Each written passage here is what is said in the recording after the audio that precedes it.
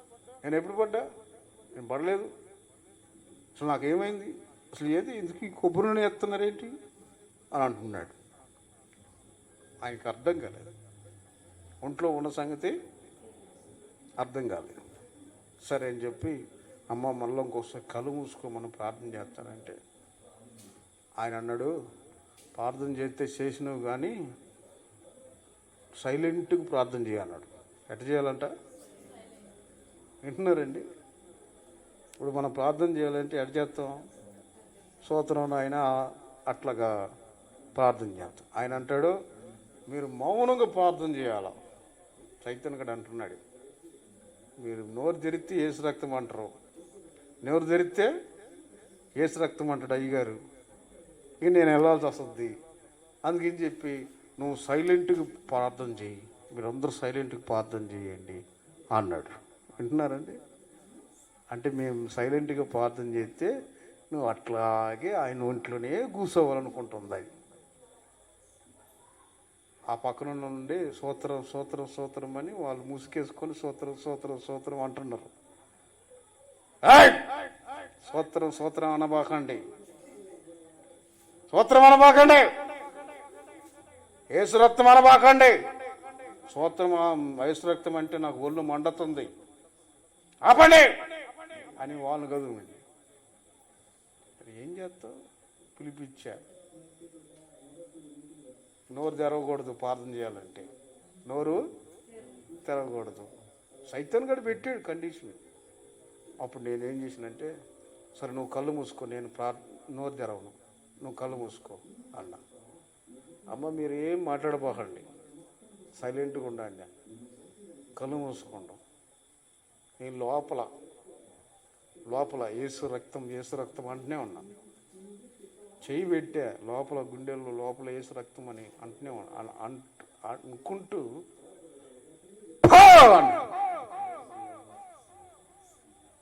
వెంటనే ధామని పడిపోయాడు, వెనక్కి పడిపోయాడు.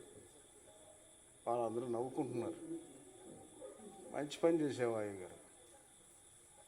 నెలకి నామంలో నెలకి దాములు పడిపోయాడు. మళ్ళీ గట్టిగా తల మీద చేపెట్టి పడుకుని మెత్తు చేపెట్టి ఏసు రక్తం రాస్తే సంపూర్ణంగా బాగైపోయాడు. ప్రైజ్ ది లార్డ్, హల్లెలూయా.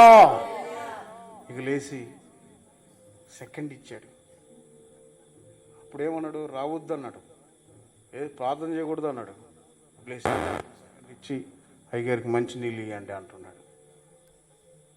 అయ్యగారు అన్నం తినండి అంటున్నాడు. ఇదిగో కానుకని పెడుతున్నాడు. అప్పుడు దాకా రావద్దు అంటున్నాడు, ప్రార్థన చేయని. చూడండి, మార్పు వచ్చింది. ఆ మార్పు వచ్చి మంచినీళ్ళు ఇచ్చిండు. కూర్చోండి అన్నాడు, కూర్చొని పెట్టుకున్నాడు. కింద కూర్చున్నాడు.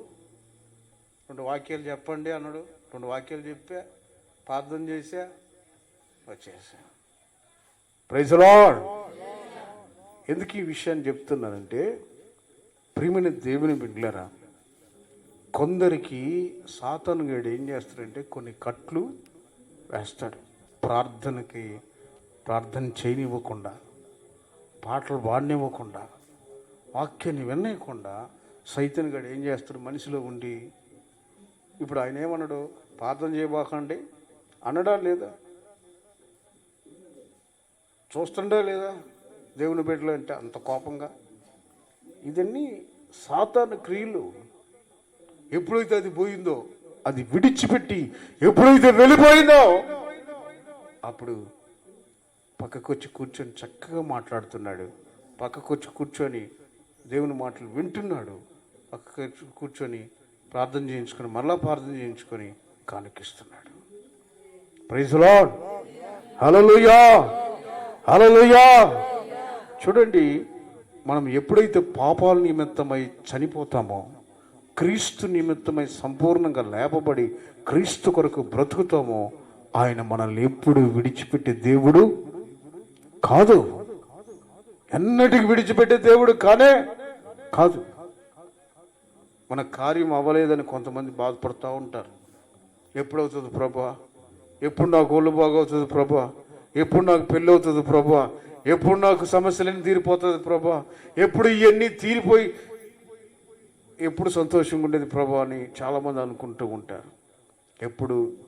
ఎప్పుడంటే నీవు నీ బ్రతుకు మార్చుకున్నప్పుడు, నీ పాపాలు చచ్చిపోయినప్పుడు, క్రీస్తు కొరకు లేపబడినప్పుడు, క్రీస్తుకు సాక్షిగా నువ్వు బ్రతుకుతున్నప్పుడు, నీ జీవితాన్ని బట్టి, నీ ప్రవర్తనను బట్టి యేసు ప్రభు నీ జీవితంలో అడుగుపెట్టి అద్భుతమైన కార్యాలు చేస్తాడు.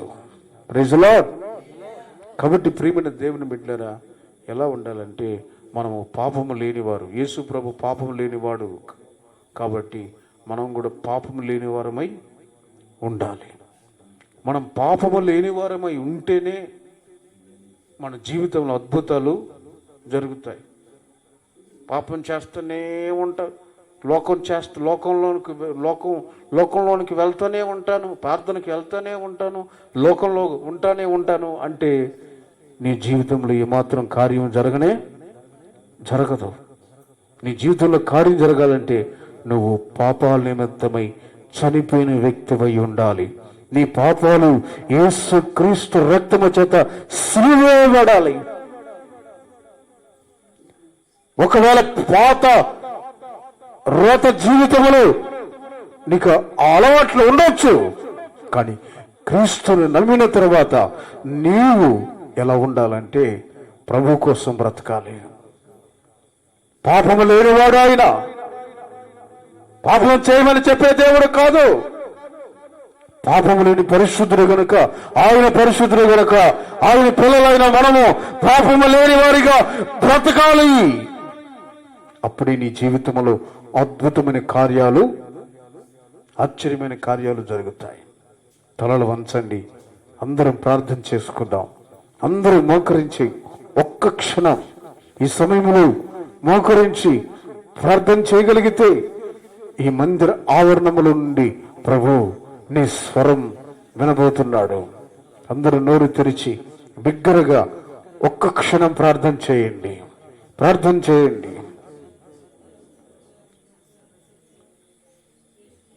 నడుము వంగిపోయిన పరిస్థితిలో ఉన్నటువంటి ఆమె అనుకుంటుంది, నేను చక్కగా నిలబడాలనుకుంటుంది, కానీ నిలబడలేని పరిస్థితి. కొందరు అనుకుంటున్నారు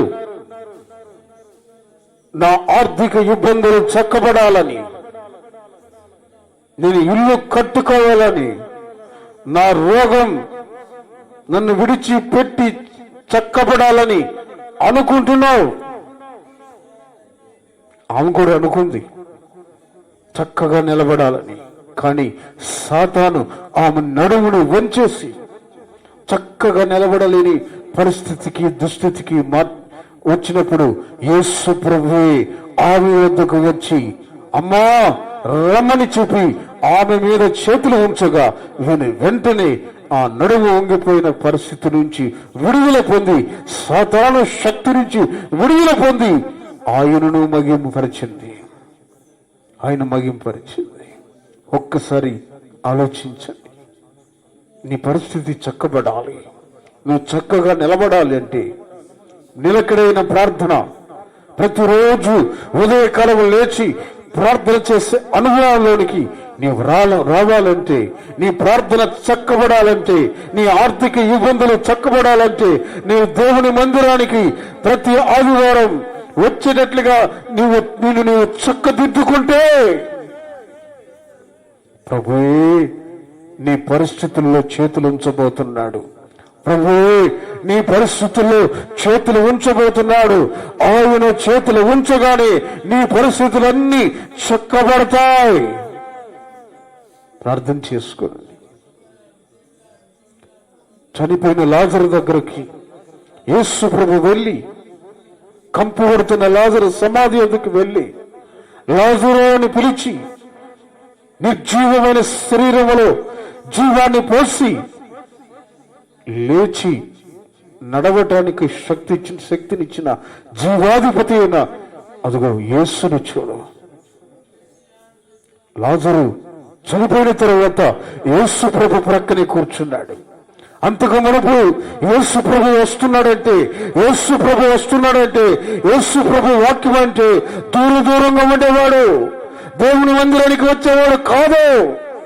ఎప్పుడైతే యేసు ప్రభు చనిపోయిన లాజరు లేపాడో, ఇప్పుడు యేసు ప్రభు ప్రక్కనే కూర్చున్నాడు, యేసు ప్రభుతో తిరుగుతున్నాడు, యేసు ప్రభుని వెంబడిస్తున్నాడు.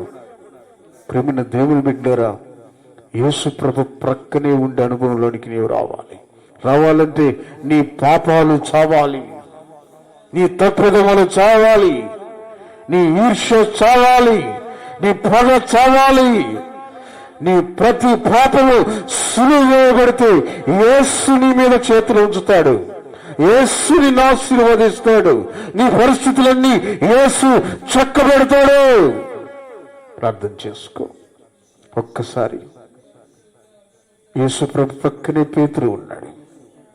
యేసు ప్రభువును పట్టుకోవటానికి వచ్చినప్పుడు వెంటనే కత్తిని తీసి పేతురు సైనికుని యొక్క చెవిని నరికేశాడు. చూడండి, ఒక్కసారి ఆలోచించండి. పేతురులాగా ఇంకా కోపం, పేతురులాగా ఇంకా ఈర్ష్య, పేతురులాగా ఇంకా అసూయ, పేతురులాగా ఇంకా చింత చచ్చిన పులుపు చావని పరిస్థితిలో ఉన్నావా క్రైస్తవుడా? ఒక్కసారి ఆలోచించు. నీ బ్రతుకు మారాలని యేసుక్రీస్తు ఇదిగో ఈ మైక్ శబ్దం ద్వారా ఈ వాక్కుని పంపుతున్నాడు. నువ్వెక్కడున్నా సరే హృదయాన్ని మార్చుకుని మోకరించి పశ్చాత్తాపడగలిగితే నీ ప్రార్థన దేవుడు ఆలకిస్తాడు. ఒక తీర్మానంతో ప్రార్థన చేసుకున్నాను.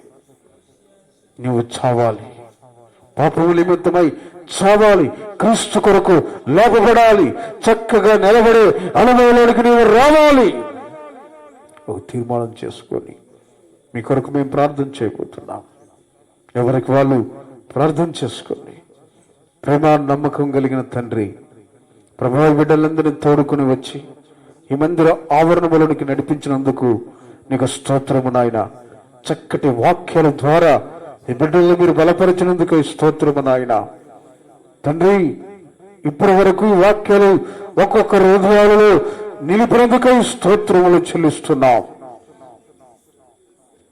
ఆమె మీద చేతులు ఉంచగానే ఆమె చక్కగా నిలబడి నిన్ను మహింపరిచినట్లుగా ప్రతి ఒక్కరూ చక్కగా నిలబడే అనుభవంలోనికి నడిపించండి.